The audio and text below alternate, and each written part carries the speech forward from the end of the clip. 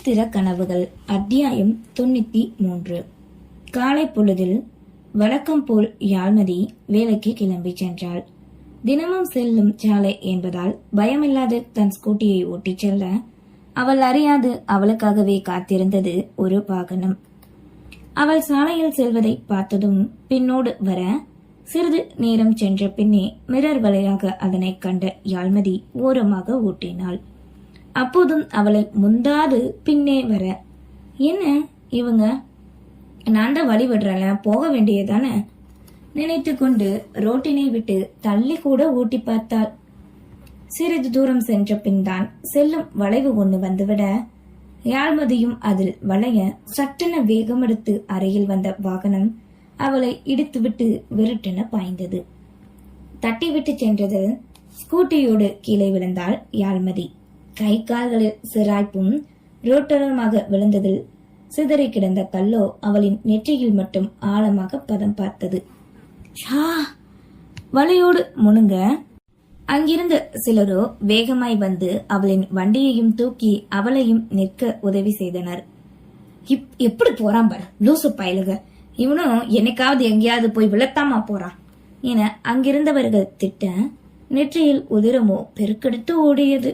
அச்சோ, இப்படி ரத்தம் வருதே, முதல்ல ஹாஸ்பிட்டல் போமா அங்கிருந்த ஒருவர் கூற வலையோடு கூறினாள்.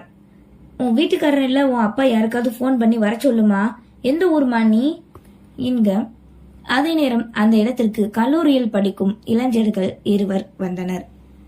பக்கத்து ஊர் தான். இல்ல பரவாயில்ல, ரொம்ப நன்றி, நெத்தில மட்டும் தானே, நானே போய்கிடுவேன். அக்கா நீங்களா? நான் உங்க ஊர் தான்க்கா, சுந்தரலிங்கம் மகன் நானு. என்னாச்சுக்கா உங்களுக்கு? வந்தவன் கேட்க அங்கிருந்தவர்கள் நடந்ததை கூறினர். நான் வேணா இளானனுக்கு கால் பண்ணி வர சொல்லட்டுமாக்கா? வேகமாய் தன் கைபேசியை வந்தவன் எடுக்கவே, இல்லப்பா வேண்டாம் வேண்டாம் இருக்கட்டும், உன்னை பாத்திருக்கேன் நான் நம்ம ஊர்ல, வீட்டுல சொன்னா ரொம்ப பயந்துருவாங்க, நானே பாத்துக்கிறேன்ப்பா என்றாள். அப்போ அக்கா நீங்க வாங்க, நான் உங்களை ஹாஸ்பிட்டல் கூட்டிட்டு போறேன், உங்க ஸ்கூட்டிய கூட போகலாம், என் காலேஜ் பக்கத்துல ஒரு ஹாஸ்பிட்டல் இருக்கு, அங்க நான் உங்களை விட்டுட்டு போறேன்க்கா. அதான ஒரே ஒரு தெரிஞ்ச பையன் தானமா, போமா சீக்கிரம் முதல்ல ஆஸ்பத்திரிக்கு என்று அங்கிருந்தவர்களும் கூற அவளுக்குமே தன்னால் இந்த நிலையில் ஓட்ட முடியாது என்பது புரிந்தது. பின் அந்த பையனோடு பக்கத்து டவுனில் இருந்த மருத்துவமனைக்கு செல்ல இறங்கியதுமே, தம்பி இந்த வண்டிய சாயங்காலம் போல காலேஜ் முடிச்சு வீட்டுக்கு கொண்டு வந்துடுறியாப்பா, நான் ஆட்டோ பிடிச்சு போய்க்குவேன் என்றால். சரிங்கக்கா நான் கொண்டு வந்துடுறேன், உன் நம்பர் சொல்றியாப்பா என்றதும் அதனை கொடுக்க வாங்கி கொண்டாள். பின் உள்ளே செல்ல மருத்துவர் பரிசோதித்து நெற்றியில் ஏற்பட்ட காயத்திற்கும் கை கால்களில் இருந்த சிராய்ப்பிற்கும் மட்டும் மருந்து போட்டு மாத்திரைகளும் எழுதி கொடுத்தனர். அதனை வாங்கி கொண்டு ஆட்டோ பிடித்து அலுவலகத்திற்குள் விடுமுறை எடுத்து 11 மணி போல் வீடு வந்து சேர்ந்தாள்.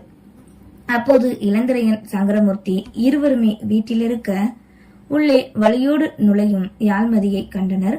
ஐயோ அம்மாடி மதி! முதலில் கண்ட சங்கரமூர்த்தி பதற, ஹே மதி! சட்டென நொடியில் வாசல் தாண்டுபவளை நெருங்கினான் இளந்திரையன். அச்சோ, இப்ப இவங்களை வேற நான் சமாளிக்கணுமா நினைத்து கொண்டு நிற்க, என்னடி இது, என்னாச்சு? வேலைக்கு தானே போன, இது என்ன இவ்வளவு பெரிய அடி? வேற எங்க அடிபட்டிருக்கா? எப்படி? மாறி மாறி அவளை பேச விடாது முழுவதும் பார்வையால் ஆராய்ந்து தொட்டு பார்த்து கேட்டான். மாமா ஒண்ணு இல்ல, சின்ன அடிதான், வண்டியில இருந்து தவறி ஸ்லிப் ஆகி விழுந்துட்டேன், அவ்வளவுதான் என்று நடந்ததை கூற வேண்டாம் என மறைத்தாள். விஷாலாட்சியும் சத்தம் கேட்டு வந்து அவரும் கவலையோடு வந்து திட்டி தீத்து நலம் விசாரிக்க அனைவருக்கும் பதில் கூறியே ஓய்ந்து போனாள். போட்ட ஊசி மருந்தின் வீரியம் வேறு நித்திரை கொள்ள துடிக்கவே, நான் ரெஸ்ட் எடுக்கிறேன் கொஞ்ச நேரம் என கூறி தடுமாறி மாடிக்கு ஏற முயல மனைவியை தன் கரங்களில் தூக்கி கொண்டான். மாமா காலில் போய் உன்னால எப்படி நடக்க முடியும், அமைதியாயிரு கூறிக்கொண்டு மாடி ஏறி தங்களின் அறைக்கு வந்தவனோ படுக்கையில் படுக்க வைத்தான். உண்மையை சொல்லுமதி என்க அப்போதும் தெரியாமல் விழுந்து விட்டேன் என்றுதான் கூறினாள். தனக்கு ஏற்பட்ட விபத்தில் ஏகப்பட்ட குழப்பம் இருந்தது. இதனை இவனிடம் அறகுறையாக கூறினால் அவ்வளவுதான், பெரிய பிரச்சனையாக்கி விடுவான். என்ற எண்ணத்தில் மறைத்து விட்டாள். சரி, உன் ஸ்கூட்டி எங்க என்று அடுத்த கேள்வியை கேட்க அதற்கும் பதில் கூறினாள். என்ன மாமா, நீ என்னால முடியல, இவ்ளோ கேள்வி கேட்கிற, ஏற்கனவே எனக்கு ரொம்ப வலிக்குது வேதனையோடு கூறவே முகத்திலும் சோர்வு அப்பட்டமாக தெரிய உறங்கும் வரை அமைதியாக நெற்றியில் போட்ட கட்டினை பார்த்தவாறே இருந்தான். அவள் படும் இந்த காயத்தின் வலி தனக்கே ஏற்பட்டது போல் உணர்ந்தான். தன்னுள் பாதியானவளை காக்காமல் விட்டேனே என்ற எண்ணம் தோன்ற மனதோடு மன்னிப்பு வேண்டினான். அதே நேரம் இங்கே நீலகண்டனின் தோப்பு வீட்டின் அவரின் முன் மூவர் நின்று கொண்டிருந்தனர். என்னடா, நான் சொன்ன மாதிரியே பண்ணிட்டீங்களா? பண்ணிட்டோம் ஐயா, இந்தாங்க, அந்த பொண்ணு விழுந்ததை கூட நாங்க வீடியோ எடுத்து வச்சிருக்கோம் ஐயா என கூறி ஒருவன் அதனை பிளே செய்து காட்டினான். யாழ்மதி அவளின் வண்டியிலிருந்து கீழே விழுவது புரிய, சரிங்கடா, இனி ஏதாவது தேவைன்னா கூப்பிடுறேன், இந்தாங்க, இதுல ஆளுக்கு 50,000 ரூபாய் இருக்கு, எடுத்துக்கோங்க, போலீஸ் கேஸ் எதுவும் ஆகாது, ஆனா நான் பாத்துக்கிறேன், 1 மாசத்துக்கு இந்த பக்கம் வராம டவுனு பக்கம் இல்லாம எங்கிட்டாவது போயிருங்கடா என்றதும் சரி என கூறி பணத்தினை வாங்கி வெளியே சென்றனர். வீட்டினை விட்டு வெளியே வர அதே நேரம் யோகமித்ரன், ருத்ரா இருவரும் உள்ளே நுழைந்தனர். அவர்களை கண்டதும் லேசாக புன்னகை உதிர்த்து பணத்தினை பின்னே மறைத்துக் கொண்டு சென்றனர். உள்ளே வந்த யோகமித்ரன் முதலில், இப்ப போறவங்க யாருப்பா சந்தேகமாய் கேட்க, கள்ள ஓட்டு போட ஆளுகளை ரெடி பண்ண சொல்லி கூப்பிட்டு இருந்தேன்டா, அதுக்குத்தான் வந்துட்டு போறாங்க. ஆனா நம்ம ஊர் மாதிரி தெரியலையே இவனுங்க எல்லாருமே, அப்புறம் எப்படி ஓட்டு போடுவானுங்க? சுத்தி பட்ல எல்லாரையும் இவங்களுக்கு தெரியும்டா, பண்ணாத தொழிலே இல்ல, ஆளை தூக்க சொன்னா கூட தூக்கிடுவாங்க. சரி, என்னமோ போங்க, இந்தாங்க, இதுல பணம் இருக்கு, வாங்கிக்கோங்க, எனக்கு வேலை இருக்கு, நான் வரேன்ப்பா, ருத்ரா சொன்னானு இறக்கி விடத்தான் இங்க வந்தேன் என கூறி பணத்தினை கொடுத்து விட்டு சென்றான். அவன் சென்ற பின் அருகில் கைபேசி நோண்டிக் கொண்டு அமர்ந்திருந்த மகளை கண்ட நீலகண்டன், என்னம்மா, செய்தி எதுவும் கேள்விப்பட்டையா கேட்க, என்னப்பா, அந்த யாழ்மதிய தட்டி கொஞ்சம் பயமுறுத்தி பார்த்தாச்சுமா. என்ன சொல்றீங்க, எப்போ? இன்னைக்கு தான், இப்போ போனானே நம்ம ஆளுக, அவங்கள வச்சுதான் பண்ணுனேன், இதே மாதிரி இன்னும் 2-3 தடவை குடைச்சல் கொடுத்தா போதும், தன்னால பயந்து வெளியேறிடுவா தேர்தலை விட்டு. ஐயோ சூப்பர்ப்பா, I love you so much பா. சந்தோஷ மிகுதியில் தத்தளித்தாள். மாலை நேரம் போல் யாழ்மதி தூங்கி எழ படுக்கையில் அமர்ந்து படித்துக் கொண்டிருந்த தமிழ்ச்செல்வியை கண்டால், எழுந்திருச்சிட்டியா, ஏதாவது வேணுமா, நான் போய் காஃபி வேணா வாங்கிட்டு வரட்டா அம்மா கிட்ட கேட்டு. ஆமா, நீ ஏண்டி இங்க இருக்க அசதியோடு யாழ்மதி கேட்க, அம்மாவும் அண்ணனும் தான் உனக்கு அடிபட்டுருச்சு, உன் கூடவே இருன்னு சொன்னாங்க. சரி, இப்ப எப்படி இருக்கு? நல்லா தானே வண்டி ஓட்டுவ நீ, என்னையும் வச்சு கூட ஓட்டியிருக்கியே, அப்புறம் எப்படி தவறி விழுந்த சந்தேகமாய் தமிழ்ச்செல்வி கேட்டாள். இந்த வீட்டுல இருக்கிறவங்கள சமாளிக்கிறது ரொம்ப கஷ்டம் போல புலம்பிக் கொண்டவளோ, எப்படியோ நடந்துருச்சு, விட, நான் ரெஸ்ட் ரூம் வரைக்கும் போயிட்டு வரேன், காஃபி மட்டும் கொண்டு வாடி என்றதும் தமிழ்ச்செல்வியும் கீழே சென்று விட ரெஸ்ட் ரூம் சென்று திரும்பி வந்து அமர்ந்தவளோ காலையில் நடந்த விபத்தினை பற்றி யோசிக்க ஆரம்பித்தாள். முன்னே செல்பவன் தெரியாமல் இடித்துவிட்டால் சரி, ஆனால் இவன் வேணுமென்றே தானே என்னை பின்தொடர்ந்து வந்து வளைவில் வைத்து இடித்தான். அப்படியென்றால் குறிவைத்துதானே செய்தான். ஏன், யார் இவன்? அதுவும் வேகம் எடுத்து வந்தாலுமே லேசாக இடித்துவிட்டு தானே சென்றான். தன்னை பயமுறுத்தி பார்க்க யாரோ செய்திருக்கிறார்கள். யாராக இருக்கும்? நினைத்தவாறு அமர்ந்திருக்க, தேர்தல்னா சும்மா இல்ல, உயிருக்கு ஆபத்து வரும், மதிக்கு இது வேண்டாம் என பல நாட்கள் முன் தன்னவன் கூறியது நினைவுக்கு வந்தது.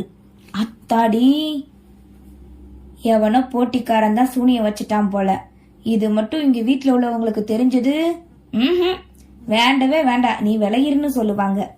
முடிஞ்ச அளவு தெரியாத மாதிரி நம்ம இந்த விஷயத்த மறைச்சுக்கணும் மனதிற்கு நினைத்து கொண்டாள். அதன் பின் நேரம் சென்று இரவு விஷயம் கேள்விப்பட்டு அதித்தி, தேவா இருவரும் வந்து பார்த்துவிட்டு வலையில் காய்ச்சல் வராமல் இருக்க மாத்திரையும் கொடுத்துவிட்டு சென்றனர். அவர்களை தொடர்ந்து கையில் உணவோடு வந்த இளந்திரையன் அவளுக்கு ஊட்டிவிட, நல்லா இருக்கு நல்லா இருக்கு என அவன் தனக்கு சேவகம் செய்வதை எண்ணி சிரிப்போடு கூறினாள். அவனின் மனதில் ஏற்பட்ட காயத்தை அந்த சிரிப்பு சிறிது போக்கினாலும் அமைதி காத்தவனோ எதுவும் கூறாமலே அவளுக்கு மாத்திரையை கொடுத்து தன்னோடு அணைத்துக் கொண்டான். அவளுக்கு புரிந்தது, இருந்தாலும் ஏதாவது பேசுவான் என வாய் உளறி விட்டாள்.